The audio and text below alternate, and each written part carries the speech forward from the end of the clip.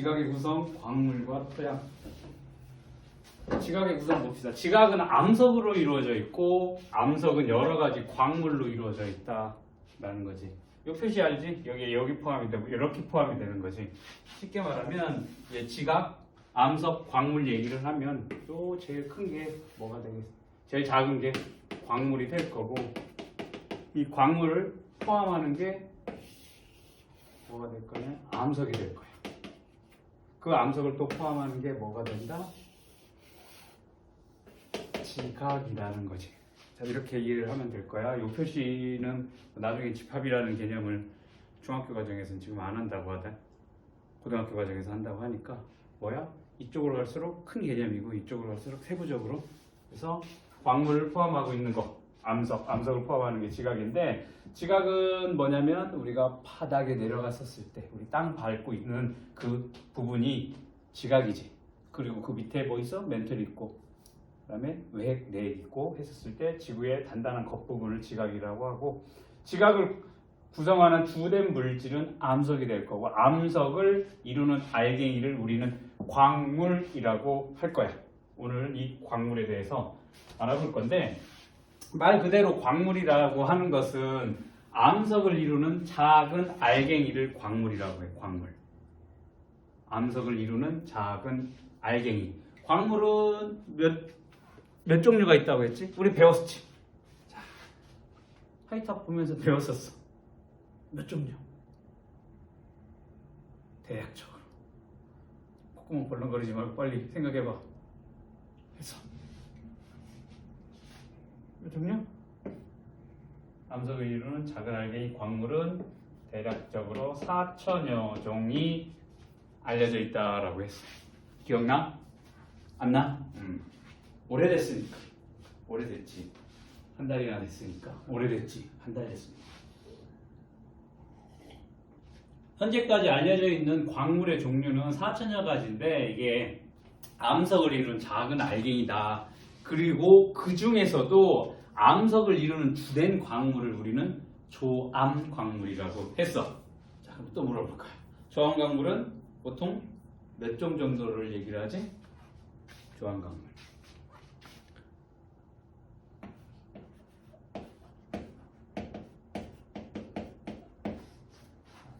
암석을 이루는 작은 알갱이 4천여 종의 광물 중에서 암석을 이루는 주된 광물, 조암 광물은 약 30여 종이 있다라고 얘기를 했었지. 자, 주요 조암 광물 중 선생님이 꼭 기억을 해둬야 되는 것은 장석. 조암 광물 30여 가지 중에서도 장석이 51%를 차지하고 그 다음에 석영이 12%, 그 다음 휘석, 각섬석, 푸근목 순으로 되어 있다라고 해서 요거 퍼센테이지까지도 꼭 알아둬라, 외워둬라 라고 했었을 때 장석, 석영, 휘석, 각섬석, 푸근목 요 부피비 꼭 기억을 해놔야 돼. 알겠니? 장석이 제일 많은 부분을 차지하고 있다. 그래서 어떠한 암석이 어떠한 어느 조암 광물로 이루어져 있는지 이 비율들이 달라지게 되면 혹은 이 종류가 달라지게 되면 암석의 특징이 다르게 나타나겠지. 맞니? 어떤 A라는 암석은 장석이 없어.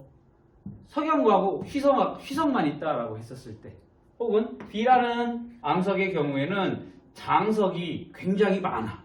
장석으로만 거의 이루어져 있고 흙은 뭐 약간 들어가 있어. 그렇게 되면 얘 A와 B 이런 식으로 이 암석들은 서로 다른 특징들이 나타나겠지. 즉 여기 광물의 종류나 비율에 따라서 암석의 특징이 다르게 나타난다. 이 얘기가 뭐냐면 여기 나와 있는 것처럼 화강암을 이루는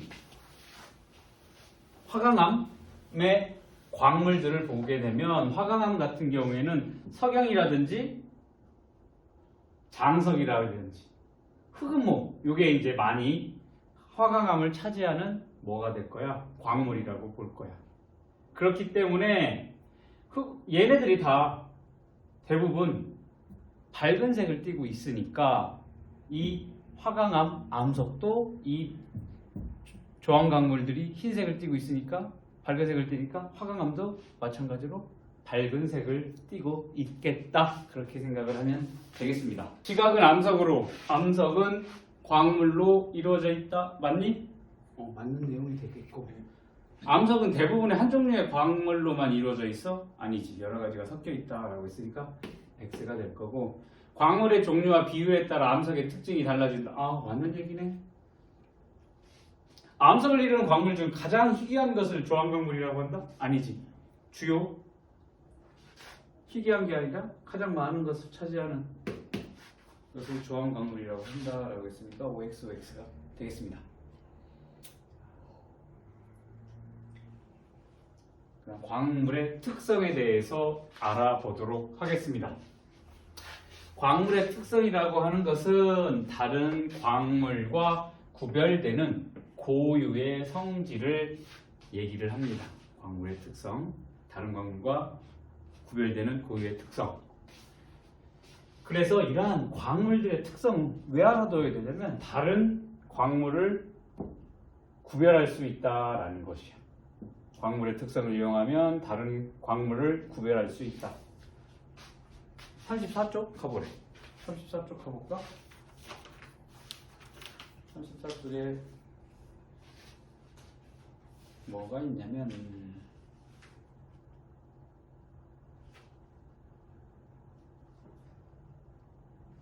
자, 탐구 A가 있네. 이 탐구에서는 다양한 광물의 특성을 관찰하고 이를 이용하여 광물을 구별할 수 있다라고 했는데 석영, 정장석, 방해석, 흑음모, 자철석, 적철석의 색을 관찰을 한대. 일단 이렇게 여러 가지 암석들을 놓고 겉으로 보여지는 색을 한번 관찰을 해본대. 그러면 각각의 색깔들이 나오겠지. 그 체크해놓고 무슨 색인지. 그 다음 두 번째, 좋은 판에 광물을 긁어 나타나는 좋은 색을 관찰한다.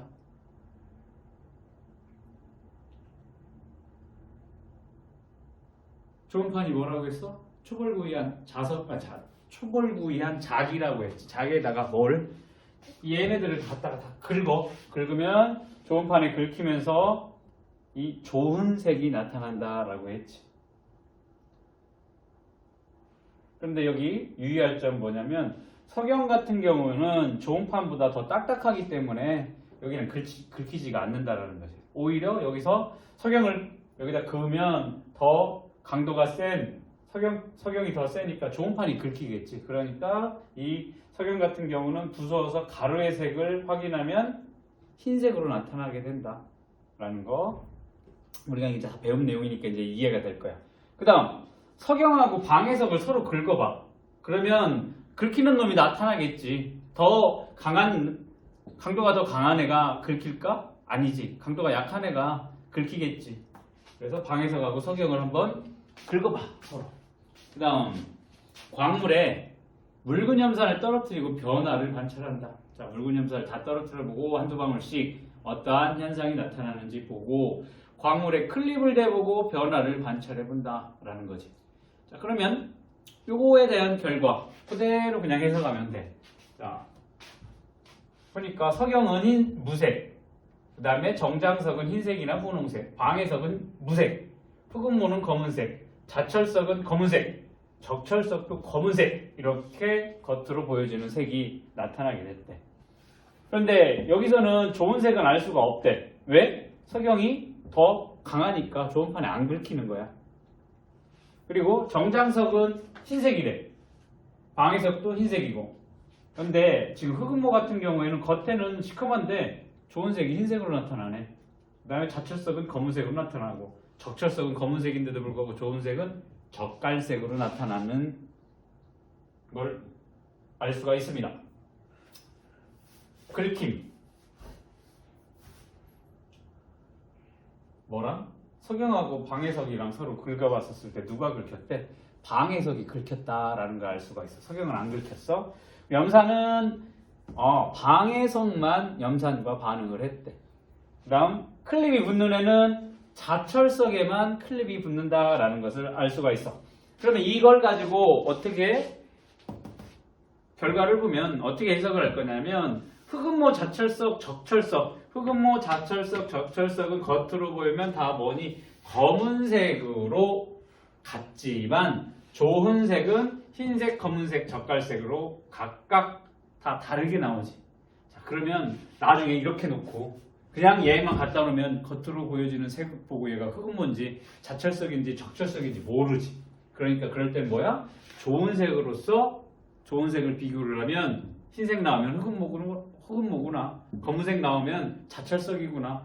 그 다음에 젓갈색으로 나오면 적철석이구나 라는 것을 알 수가 있다. 새 광물을 어떻게 좋은 색으로 구별할 수 있다라는 것을 알 수 있겠고, 자, 석영하고 방해석을 서로 긁었더니 얘는 긁히고 얘는 긁히지 않았다라는 얘기는 굵기가 누가 더 크다? 얘가 더 큰 놈이다라는 거지. 다 단단한 놈이다. 그 다음 염산이 일어나는 반응을 방해석만 나타났어. 그 얘기는 자 이렇게 흰색 혹은 정장석, 방해석이 있어. 얘네를 구분하고 싶어. 그럼 어떻게 해야 되는데? 염산을 여기다 떨어뜨려 놓고 보글보글 끓는 현상이 일어나. 그러면 걔는 뭐다? 방해석이라는 거지. 이렇게 구별을 할 수가 있어. 염산 반응으로. 그 다음 다 검은색으로 같아. 그런데 클립은 이 자철석에만 붙게 되니까 클립을 붙는 애를 보고서 자성으로서 얘네 세 개를 구별할 수도 있는 거지. 맞니? 자, 정리를 해봅시다. 그럼 여기 치워볼까? 1번이만 치워봅시다.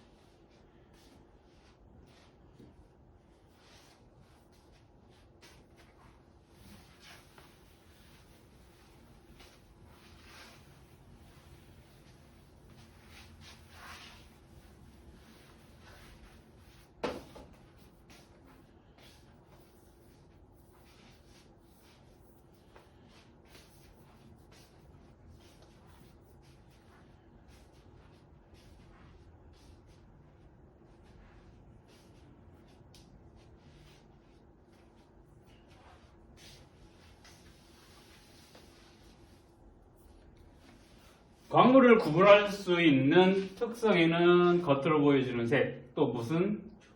그렇지, 조훈, 색, 그 다음에 굳기, 그 다음 뭐가 있어?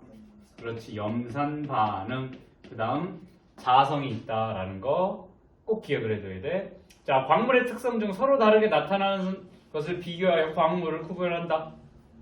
흑음모, 자철석, 적철석은 다 색이 검은색으로 같다라고 했어요. 얘네는 뭐를 비교를 하면 돼? 그렇지. 조훈색을 비교하면 되겠다. 자, 석영과 굳기와 염산 반응을 비교하는 거 누구? 그렇지. 방해석만 염산 반응을 나타내고 그 다음에 석영하고 방해석을 서로 긁으면 굳기 차이가 얘가 더 크니까 알 수 있겠다. 잘 알고 있네. 그러면 오른쪽 문제 확인. 광물의 무게는 광물의 특성에 해당한다? 무게 얘기는 한 번도 한 적이 없지.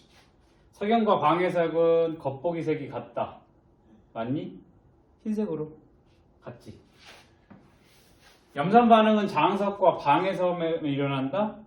염산 반응은 어디에서만? 방해석에서만 일어나기 때문에 장석에서는 일어나지 않는다. 자철석을 클립을 끌어당긴다. 아, 자철석은 자성이 있다라고 했으니까. 석영의 좋은 색을 알 수가 없다. 위에 보면 X라고 했지. 왜? 굵기가 좋은 판보다 어떻게 돼? 더 크기 때문에 긁히지 않는다. 그래서 어떻게 해야 된다고 했어? 더 강한 망치 같은 걸로 때려가지고 가루를 내야 된다라고 했어. 방해석은 석영보다 단단하다. 서로 비볐었을 때 누가 긁혔니? 방해석이 긁혔다? 그러면 석영보다 뭐다? 무르다라고 얘기를 해야겠지. 틀렸네.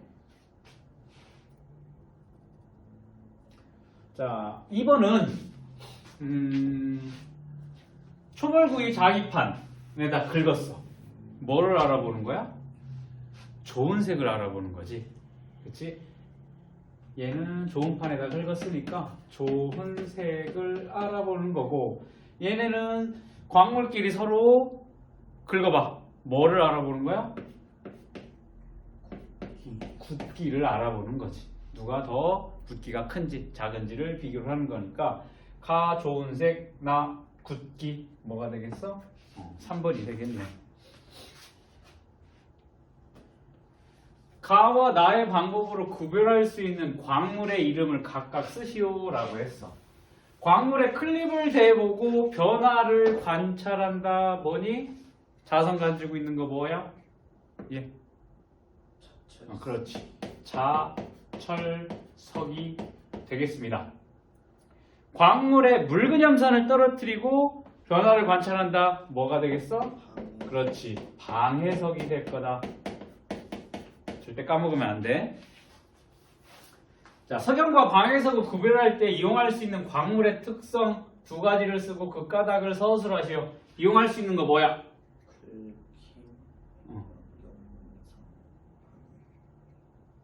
뭐? 염산 반응.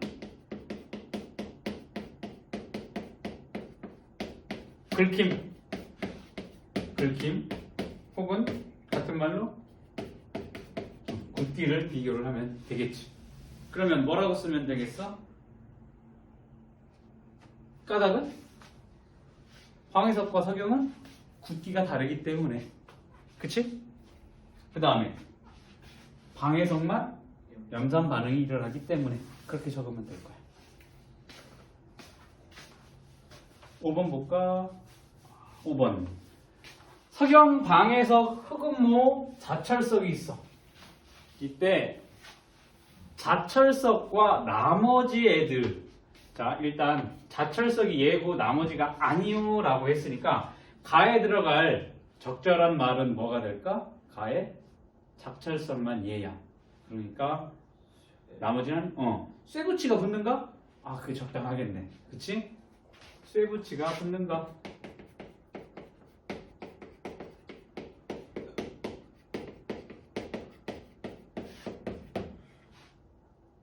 가, 염산이 반응한다. 적절하지 않네. 쇠붙이가 붙는가? 맞네. 나, 방해석만. 남은 석영, 방해석, 흑음모 이렇게 있어. 그 중에 방해석만 얘고 나머지 석영이랑 흑음모야. 그러면 나에 들어갈 적당한 말은 뭐야? 나에. 그렇지. 염산과 반응하는가.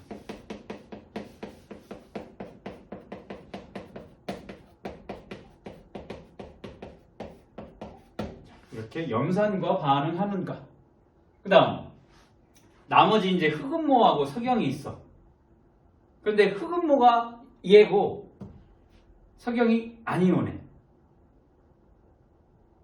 뭐가 적당할까? 흑음모하고 석영. 얘네는 좋은 색? 좋은 색 비교가 안 되지. 왜? 얘는 좋은 색이 없으니까. 그러면 뭘로 비교를 하면 돼? 그렇지. 색이 어둡냐, 밝으냐, 그렇게. 얘라고 했으니까 색이 어두운가?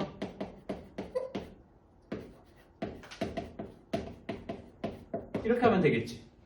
자, 그러면 나에 들어갈 염산과 반응하는가, 어두운 색인가 라고 했으니까 틀렸고, 다 색이 어두우냐라고 해서 흑음모가 얘니까 여기 밝은 색인가 하면 안 되겠지. 다도.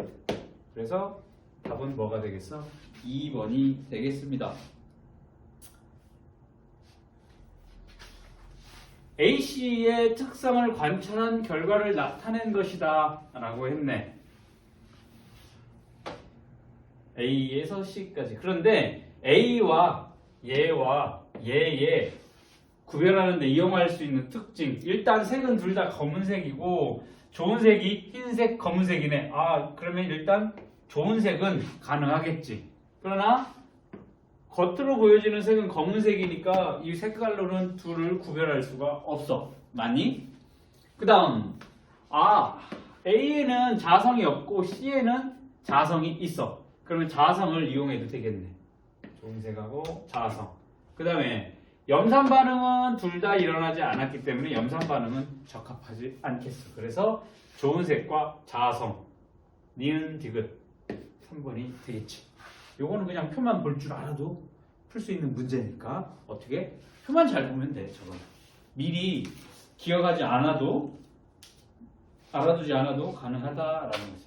자, 그러면 다시 앞으로 가서 암석의 특성에 대해서 한번 보도록 하겠습니다. 광물의 특성.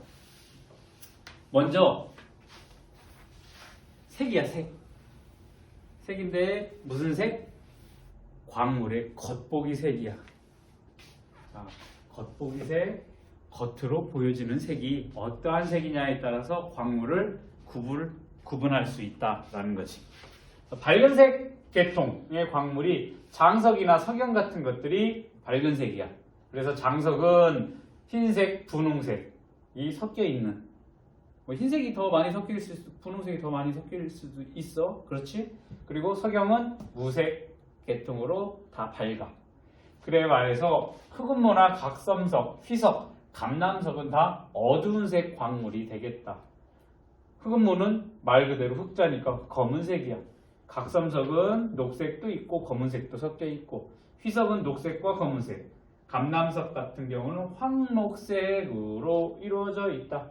이런 식으로 어떻게 광물의 겉보기 색을 이용을 해서 구별을 할 수가 있어. 이런 애들. 그 다음 좋은 색이 있는데 조흔색. 광물을 조흔판에 긁었을 때 나타나는 광물 가루의 색. 즉 이런 식으로 흑음모나 자철석이나 적철석이나 겉으로 보여주면 다 뭐야? 검은색이야. 그치? 겉보기색으로는 얘네를 구별할 수가 없어. 그러니까 이렇게 겉보기색이 비슷한 애들끼리를 구별하는 데 사용을 한다. 뭐에? 좋은 판에다가 긁어서 나오는 가루색을 보게 된다라는 거지. 그러면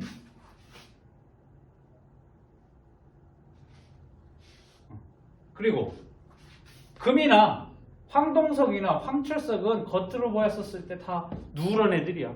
그러니까 얘네를 어떻게 돼? 좋은 판에 긁게 되면 금은 좋은 판색도 좋은 색도 노란색이 될 거고, 황동석은 녹흑색이 나타나게 되고, 황철석은 검은색이 나타나게 된다. 이렇게 겉보기로 보여지는 색이 비슷한 애들끼리를 좋은 판에 긁게 되면 어떻게 된다? 다른 색이 나타나면 서로 뭔지를, 어떤 광물인지를 알 수 있다. 그 다음 굳기네. 굳기라고 한 건 뭐야? 단단한 정도야. 단단한 정도니까 어떻게 얘랑 이 광물 누가 단단한지 알고 쉬워? 그냥 서로 긁어봐. 긁었을 때 이거지. 잘 때 아기들이 그런 게 힘 조절이 안 되니까 아기들 이제 손톱을 굉장히 짧게 깎아 놓지. 왜? 힘 조절이 안 되니까 이렇게 긁으면 살이 패요. 손톱이 패요? 살이 패요? 살이 패이지. 한번 긁어봐. 지금 어디가 빨개져? 손톱이 빨개져? 볼이 빨개져? 왜? 손톱이 얼굴보다, 피부보다 더 굵기가 세니까, 굵기가 더 크니까. 맞니? 그런 것처럼 광물의 단단한 정도를 서로 긁어서 비교를 할 수 있겠다. 긁히지 않는 광물의 굳기가 긁히는 광물의 굳기보다 크다라는 걸 알 수가 있어. 자, 석영은 좋은 판보다 단단하기 때문에 좋은 판에 긁히지 않는데, 좋은 판에 굳기가 한 6.5 정도 되기 때문에 얘보다 더 굳기가 큰 애들은 좋은 판에 긁히지 않는다. 그러면 얘 석영의 좋은 색을 알아보기 위해서는 뭐야? 얘를 망치 같은 걸로 부숴가지고 가루를 만들어야 해서 석영의 좋은 색을 알아보니까 얘는 흰색을 나타나게 되더라. 그러면 석영 같은 경우는 이제 무색이야.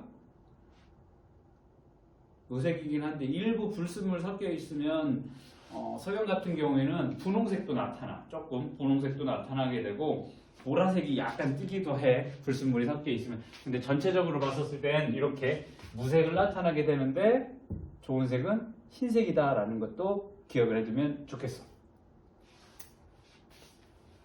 그래서 많이 나와. 국기에서 많이 나오는 게 얘야. 다른 애들은 아예 안 나와. 국기 얘기했었을 때. 방해석하고 석영 얘기가 많이 나오게 돼. 그랬었을 때 석영이 방해석보다 단단하기 때문에 누가 긁히겠어? 방해석이 긁히고 석영은 긁히지 않는다. 즉 석영이 방해석보다 굵기가 크다라는 거. 그다음 염산 반응이 있네. 염산 반응. 광물이 염산과 반응하여 거품이 발생하는 성질을 보게 됐었을 때 방해석만 염산 반응이 일어나게 된다. 왜 방해석이 염산과 반응을 한다고 했지? 이거 회탑 할 때 우리 배웠었던 내용이지. 왜 방해석만 염산하고 반응을 하냐?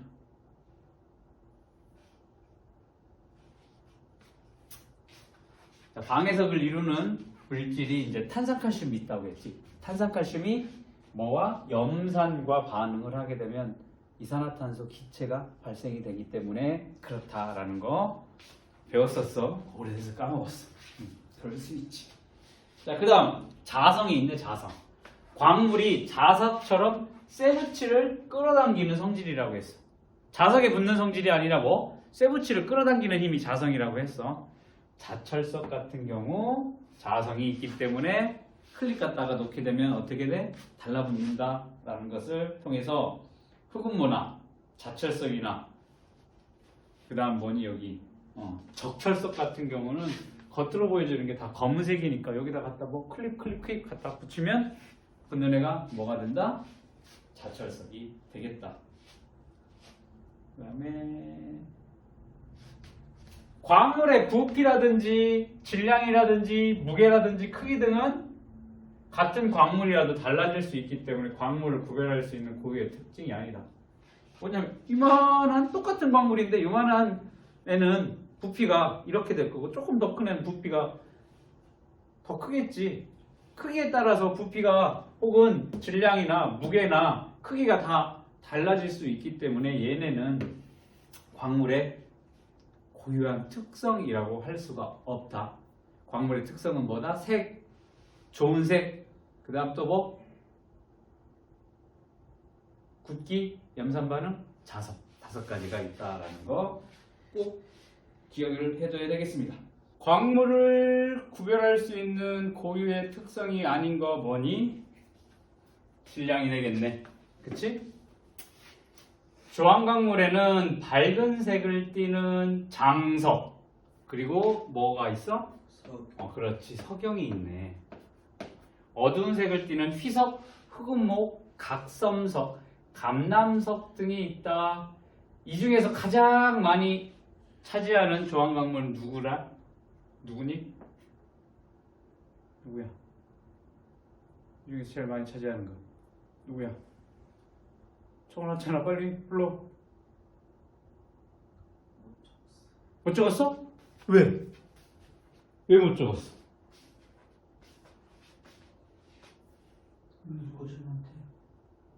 장석. 장석이 얼마라고 했어? 차지하는 비율이. 장석이 51%를 차지하고 있다라고 했잖아. 장석이 51%. 그 다음 석영. 그 다음 휘석. 절대 까먹으면 안 돼. 장석. 그 다음 석영. 그 다음 뭐라고? 휘석. 그 다음 각섬석. 또 그 다음 흑음목. 얘는 5%라고 했고 장석 몇 퍼센트? 51%. 석영? 12냐? 17이야? 12야? 12 이렇게 쓰려고 했어. 12%. 그 다음 희석은 11? 11. 꼭 외워야 돼. 알겠어? 색과 좋은 색을 나타낸 것이다 라고 했어. 자, 금, 황동석, 황철석 다 노란색으로 나타나네. 그런데 좋은 색은 금은 노란색. 황동석은 무슨 색이니? 노크. 그렇지. 녹흑색. 황철석은 검은색. 자, 흑음모와 자철석, 적철석 다 무슨 색이야? 검은색인데 얘네 좋은 색은 어떻게 나타나니? 흑음모는 흰색. 흑음모는 흰색. 자철석은 검은색. 그다음에 적철석은 적색으로 나타나게 된다. 이것도 반드시 알아둬야 되는 내용이 될 거야. 석영과 방해석을 서로 긁었을 때 방해석이 긁혔다. 그러면 석영과 방해석의 굵기를 부등호를 사용해서 비교하시오라고 하면 긁힌 애가 어떻니? 굵기가 작다라고 보면 되겠지. 그러니까 방해석이 긁혔어. 그러면 굵기는 누가 크다? 석영이 크다. 맞니? 다음에 설명하는 광물 보기에서 고르래. 겉보기색이 검은색인 광물 누구니? 티귿, 흑음모, 자철석. 얘네가 검은색이네. 세부치를 끌어당기는 애 누구니? 자철석이 되겠다. 다음 염산과 반응하여 거품이 발생하는 애 누구니? 방해석이 되겠다. 풍화 봅시다. 풍화. 암석이 오랜 시간에 걸쳐 잘게 부서지거나 성분이 변하는 현상을 우리는 풍화라고 부릅니다. 그랬었을 때 이 풍화가 일어나는 원인은 물, 공기, 생물 등에 의해서 일어나게 된다. 그 중에서도 가장 큰 원인은 뭐라고 했어? 물과 공기라고 얘기를 했지. 풍화를 일으키는 주요 원인은 물과 공기다. 그리고 일부 생물에 의해서도 풍화가 일어나게 된다. 풍화를 일으키는 모든 작용을 우리는 풍화작용이라고 얘기를 하는데 요거를 한번 보자. 일단 여기 보면 잘게 부서지거나 성분이 변한다라고 했지. 그러면 암석이 잘게 부서지는 작용 그리고 암석 성분이 변하는 작용 이 두 가지로 나눠서 풍화가 어떻게 일어나는지를 볼 건데 먼저 첫 번째로 암석이 잘게 부서지는 작용이라는 풍화는 물과 얼음 혹은 압력이 감소 그 다음 식물 뿌리에 의해서 나타나게 된다. 암석이 잘게 부서지는 거야. 큰 암석이 잘게 부서져. 먼저 물과 얼음 봅시다. 암석의 틈에 스며든 물이 얼면서 부피가 커지며 틈을 넓혀 암석이 부서지게 된다. 자, 물을 가득 채운 유리병에 뚜껑을 닫고 냉장고에 냉동실에 넣어놓으면 어떻게 된다고 했어? 병이 깨진다라고 했지. 왜 깨지겠어? 물이 얼면서 부피가 늘어났기 때문에 부피가 커졌기 때문에 그런 현상이 일어난다. 그거는 물하고 얼음의 구조가 어떻게 다르기 때문에 물의 구조는 좀 더 치밀한데 이게 얼어가면서 육각구조로 바뀌어가면서 어떻게 돼서 부피가 커진다라고 했지.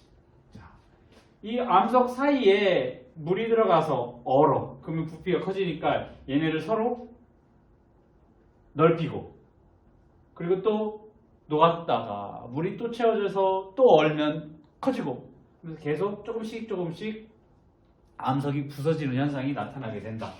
자, 이렇게 물과 얼음에 의해서 암석이 잘게 부서진다.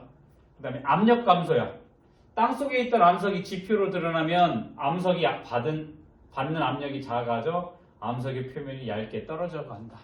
이 얘기가 뭐냐면 그때 선생님이 뭐라고 했어? 깊이 땅을 파고 들어가면 파고 들어갈수록 열이 높아지고 압력이 커지기 때문에 20년 동안 파도 12km밖에 못 판다라고 했었잖아. 그랬었을 때 밑으로 들어가면 어때? 압력이 커져. 그 안에 있던 돌이 지하 깊은 곳에 있던 돌이 위로 올라오면 어떻게 돼서 압력이 점점 작아지겠지. 즉, 자 지하 깊은 곳에 있던 암석의 경우 이렇게 생각을 해봅시다.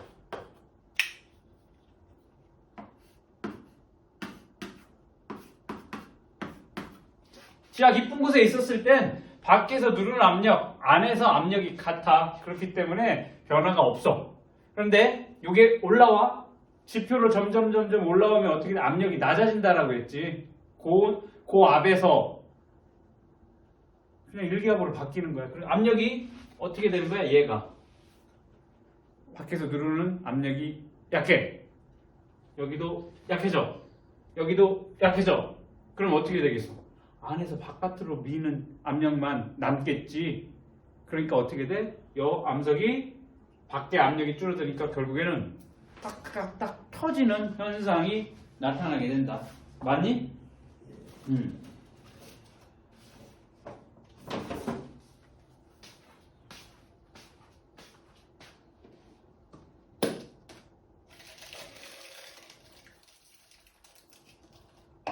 졸리지?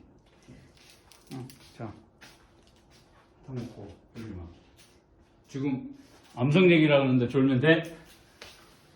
자, 이렇게 땅속에 있던 암석이 지표로 드러나게 되면 암석이 받는 압력이 작아지기 때문에 암석의 표면이 어떻게 되니? 얇게 떨어져 나가는 현상, 풍화작용이 일어나게 된다. 그 다음 식물뿌리. 이 암석 틈에 뭐가? 식물의 뿌리가 계속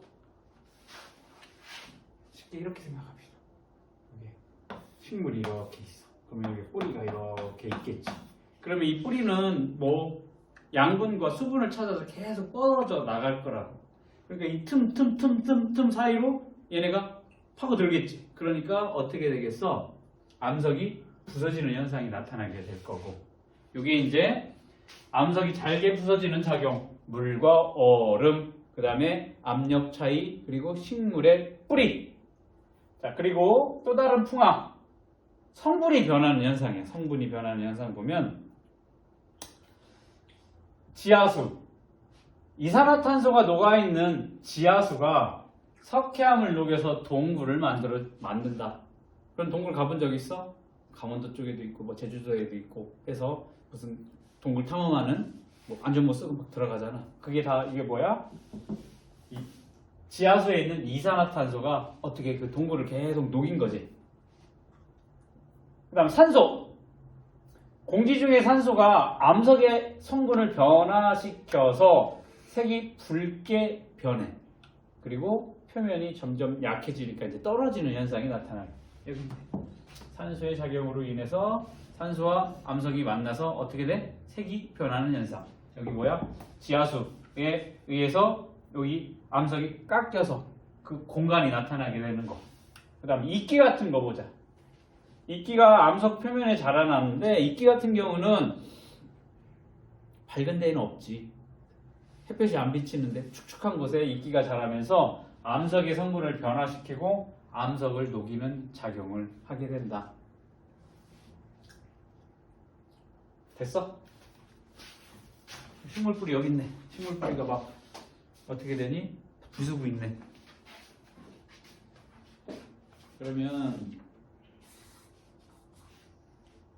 요거 이거를 조금 다른 말로 암석이 잘게 부서지는 작용. 얘네를 어떤 책에서는 이렇게 얘기해. 기계적 풍화라고 얘기를 해. 기계적 풍화라고 얘기를 해. 그리고 밑에 암석의 성분이 변하는 작용. 얘를 무슨 풍화라고 한다? 화학적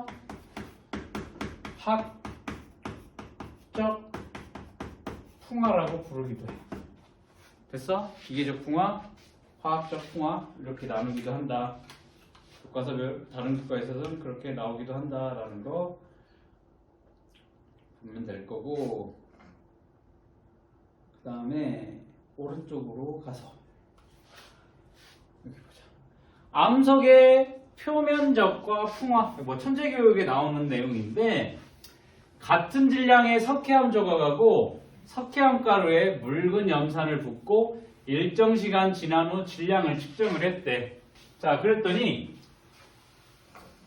뭐야? 석회암 조각이 있고 질량이 같아. 그리고 얘 가루가 낸 거를 서로 염산 붓고 측정을 했더니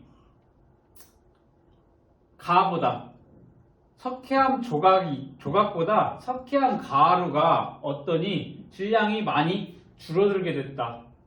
이 얘기는 석회암에도 뭐가 있는 거야? 탄산칼슘이 있어. 묽은염산하고 반응하면 아까 뭐가 만들어진다고 했어? 이산화탄소가 만들어진다고 했지. 이산화탄소는 어떻게 될 건데? 공기 중으로 날아간다라는 거지. 그러면 여기는 질량이 124. 얼마고 얘는 123. 얼마야? 그러면 얘가 더 반응이 많이 일어났다라는 거지. 그치? 만들어진 이산화탄소가 다 날아갔으니까 얘가 가벼워지는 거잖아. 그 얘기는 뭐야? 반응이 석회암 가루가 석회암 조각보다 더 이루어졌다, 더 많이 일어났다. 이 얘기는 뭐야? 같은 석회암인데 얘는 조각이고 조각 형태로 되어 있고 얘는 가루 되어 있다라는 거야. 그 얘기는 뭐야? 표면적이 얘가 더 크지. 표면적이 더 크니까 어떻게 돼? 풍화가 더 잘 일어나게 됐다. 표면적이 큰 애들이 묽은염산과 반응이 더 활발하게 일어났다. 이거를 이제 결론적으로 얘기를 하면 표면적이 커졌다. 표면적이 크면 풍화가 더 잘 일어난다 라고 보면 되겠습니다. 그 다음 그 밑에 기후와 풍화 보면 기온이 낮은 지역에서는 물이 얼면서 암석이 잘게 부서지는 현상이 잘 일어나겠지. 그러니까 온화한 기후 혹은 따뜻한 지방에서는 물이 안 얼니까 이 풍화작용이 덜 일어나겠지. 물에 의해서, 얼음에 의해서. 그리고 기온이 높고 강수량이 많은 지역에서는 암석이 물에 녹는 현상이 잘 일어나겠지. 왜? 물이 많으니까. 없는 지역보다는. 오른쪽 7, 8, 9번 풀어볼까? 이거 얘기 안 했네. 미안해. 암석의 표면이 넓을수록 풍화가 잘 일어난다. 기온과 강수량에 따라 암석의 풍화 정도가 달라지게 된다. 똑같은 내용이니까. 풍화는 암석이 잘게 부서지거나 암석에 뭐가 변하는 거야? 암석의 성분이 변하는 현상이다. 풍화는 주로 물과 공기에 의해서 일어나고 그 다음에 일부 뭐에 의해서? 그렇지, 생물의 작용으로 일어나며 암석은 다양한 풍화작용을 받아 작은 돌, 모래, 흙으로 변해간다. 바위 틈에 스며든 물이 얼면서 암석이 부서진다? 맞지. 암석의 표면에서 자라는 이끼가 암석 표면을 단단하게 만든다? 자, 이끼가 어떻게 돼? 암석을 녹이는 현상. 그치? 녹이는 현상이 나타나게 된다. 그리고 암석의 성분을 변화시킨다라고 했으니까 틀렸고, 암석이 공기 중에 산소와 반응하여 색을 붉게 변하게 한다. 맞는 얘기가 되겠습니다. 4번 암석이 지하 깊은 곳에서 높은 열과 압력을 받아 성질이 변한다. 맞을까 틀릴까? 틀리지. 이거는 뭔 얘기인데? 지난 시간에 우리 배운 변성작용 얘기를 한 거지. 얘는 변성작용에 의해서 뭐가 만들어지는 건데 변성암이 만들어지게 되는 거니까 풍화작용하고는 상관이 없지.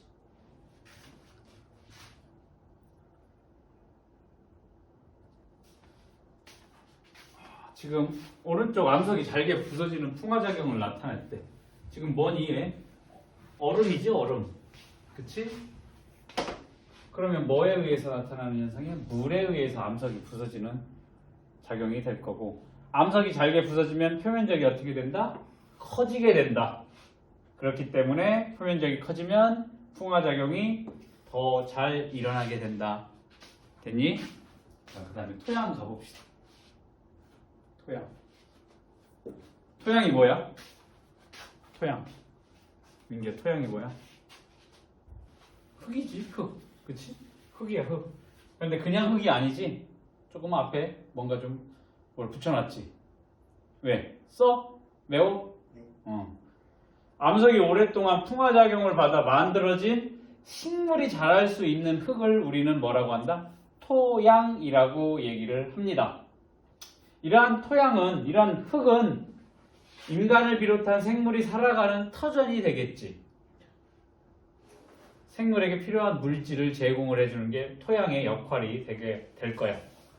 그것뿐만 아니라 이 토양 안에는 수분을 저장하기도 하고 양분도 저장하기도 하고 그리고 오염물질을 어떻게 하더니 정화하는 기능도 있어. 그래서 야외에서 우리가 물을 마셔야 되는데 조난을 당해서 보니까 옆에 피트병이 있어. 근데 물이 흙탕물이고 더러워. 그냥 마시면 어떻게 돼? 배가 아플 수도 있지. 거기 뭐 어떠한 세균들도 있고 미생물도 있고 그랬었을 때 이 피트병을 잘라가지고 여기 자갈 넣고 모래 넣고 흙 넣고 이렇게 해서 간이 정수기 만드는 거 알고 있지. 그 얘기가 뭐야? 토양이 이렇게 오염물질을 정화하기도 한다라고 보면 될 거야. 토양의 생성 과정 보자. 토양. 암석이 오랫동안 풍화작용을 받아서 만들어진 흙을 토양이라고 하는데, 자, 이 토양이 어떻게 만들어지냐면 여기 밑에 암석이 있을 거야. 요 암석이 오랜 기간인데 얼마? 매우 오랜 기간 풍화가 되면서 여러 개 층으로 나뉘게 된다. 단시간 내에 일어나는 현상이 아니라고 했어. 굉장히 오랜 시간 동안 나타나는 현상인데, 먼저 첫 번째 여기 지표 쪽에 여기가 이제 기반암이지. 이 기반암이 이 지표 쪽에 드러나게 되면 이 부분이 뭐가 일어나게? 풍화작용이 일어나겠지. 풍화작용이 일어나게 되면서 암석 조각, 커다란 암석이 잘게 부서지는 작은 암석 혹은 모래가 되게 돼. 그 다음에 암석 조각들이 더 잘게 부서져서 식물들이 자랄 수 있는 겉에 부분에 흙이 만들어지게 돼. 그 다음에 이게 이제 물에 비가 내리고 뭐 그러면서 씻겨 내려오면서 어떻게 되니 요 밑에 부분으로 쌓이는 현상이 나타나게 되면서 어떻게 돼? 토양이 만들어지게 된다. 그러면 거기에서 이제 뭐를 알아둬야 되냐면 이 성숙한 토양은 4개의 층으로 구분이 된다라고 했었을 때 뭐가 제일 중요하다고 했어? 어떻게 만들어지는 그 순서가 중요하다라고 했어. 첫 번째 보면 풍화를 받지 않은 암석이 만들어지고 이게 지표 쪽에 가까워지니까 뭐 풍화작용이 일어나면서 암석 조각, 모래가 만들어진대. 두 번째 층. 암석 조각과 모래 층으로 이루어진 층으로 만들어지게 된다라고 하는데 이게 배웠었을 거야. 이 풍화를 받지 않은 암석층을 뭐라고 해? 여기를 뭐라고 해? 4번 층을 1번 층을 뭐라고 했어? 전에 배웠었던 거야. 막 기억해. 뭐라고 했어? 아까 선생님 한번 얘기를 했는데 여기 뭐라고 했어? 기반암이 되겠다. 기반암. 적어야지 뭐해? 못 해보자. 그럼 적어야지. 민기야? 이런 걸 적어라라고 해서 적는 게 아니야. 그냥 거의 책에 안 나온 내용이 있으면 적어야지. 맞아? 적으라고 해서 적어? 적지 마? 그거는 초딩들이 하는 거고. 그치? 그 다음 2번.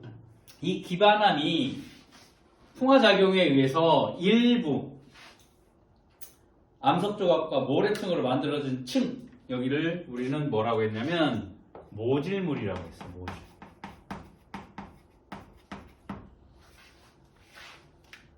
됐니?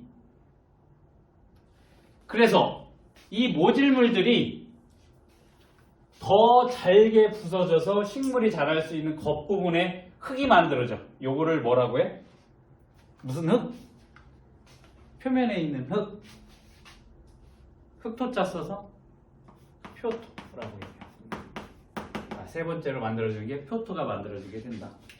표면에 표토.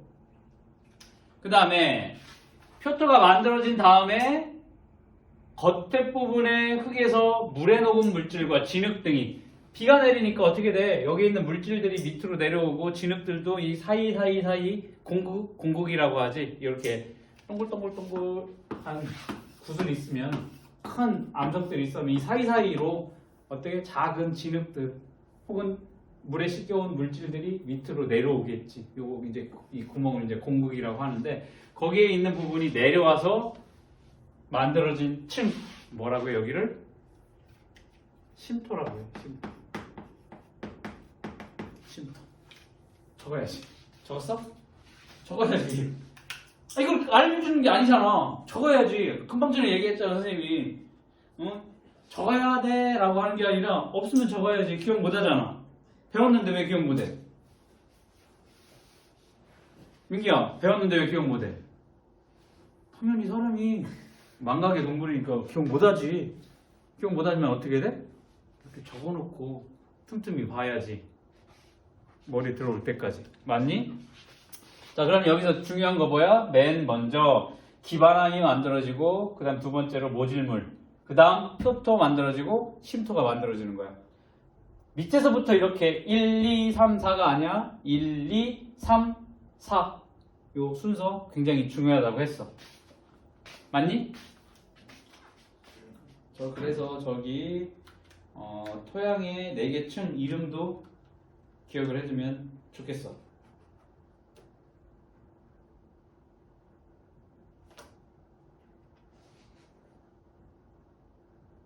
토양에서 식물이 자랄 수 있는 까닭은 토양의 가장 겉부분에 흙에는 동식물이 썩어서 만들어진 물질 등이 포함하고 있기 때문에 식물이 자라는 데 필요한 영양분이 풍부해. 그러니까 어때?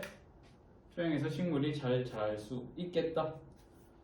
뒤에 거 아까 풀었다고 하니까 바로 봅시다. 풀었어 아까?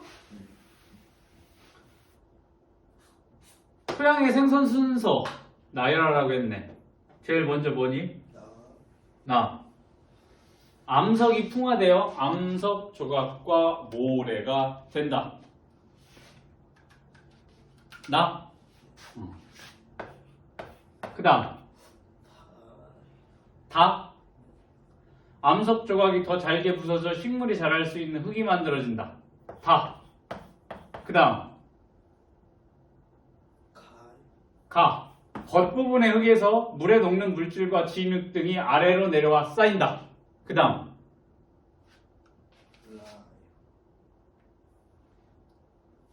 라. 암석이 지표에 드러난다. 지금 보면 겉부분의 흙에서 물에 녹은 물질이 진흙 등이 아래로 내려와 쌓인다. 이게 뭐야? 심토잖아. 심토가 만들어지는 게 마지막이잖아. 그리고 다. 암석 조각이 더 잘게 부서져서 식물이 자랄 수 있는 흙이 만들어진다. 표토가 만들어지는 거네. 표토, 심토. 끝인데? 그 뒤에 지금 암석 지표에 드러난다. 암석이 지표에 드러난다. 뒤에 더 없잖아. 얘가 마지막이잖아. 어디로 가야 돼? 라는 어디로 가야 돼? 맨 앞으로 가야겠지. 여기서부터 시작을 해야 돼. 암석이 지표에 드러나는 것부터. 그 다음 암석이 풍화되어 암석 조각과 모래가 된다. 즉 기반암에서 모질물 만들어지고 그 다음 표토 만들어지고 심토 만들어지는. 됐니?